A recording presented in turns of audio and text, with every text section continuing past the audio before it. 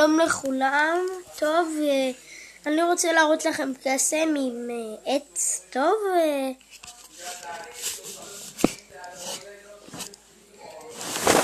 הנה, טוב, הנה אני, אתם יודעים כמובן, והנה עץ, אין כאן שום דבר חשוד חוץ מעץ. רגע, אופסי, פתחתי את הסוללות, לא התכוונתי. עכשיו, אני פותח את זה. נכון? פתחתי. עכשיו, תראו, רואים כאן, לא בדיוק רואים, אבל יש כאן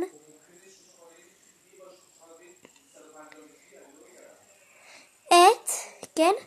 לא רואים כאן, אבל יש כאן בעט. אז זה צהוב כזה, רואים? ועכשיו, כן, אני מכניס אותו לכאן, טוב? עכשיו, מכניס אותו פנימה את העט, מוציא אותו החוצה, ומוציא את זה שוב, טוב? ומה יצא? זה הצהוב הפך לפס. עכשיו אני אראה את הסוד, טוב? צריך שיקנו לך או לך עץ כזה, שיכול להיות בלתי נראה ולא בלתי נראה, אבל אנחנו לא נתעסק בזה, כן? וזה הבלתי נראה וזה הרגיל, כן? טוב, זה הבלתי נראה וזה הרגיל. טוב, עכשיו יש עוד כמה דברים, כן, הנה כפתור שמפעיל את הלייזר, שרואים את זה.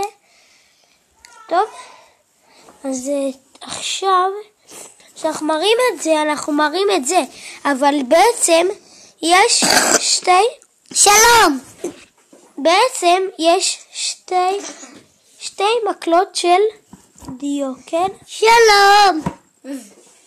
אתם רואים? זה לא מופיע בתמונה, נכון? ואז אנחנו עושים את זה ככה. את שלום! הגבל לשים כאן, טוב?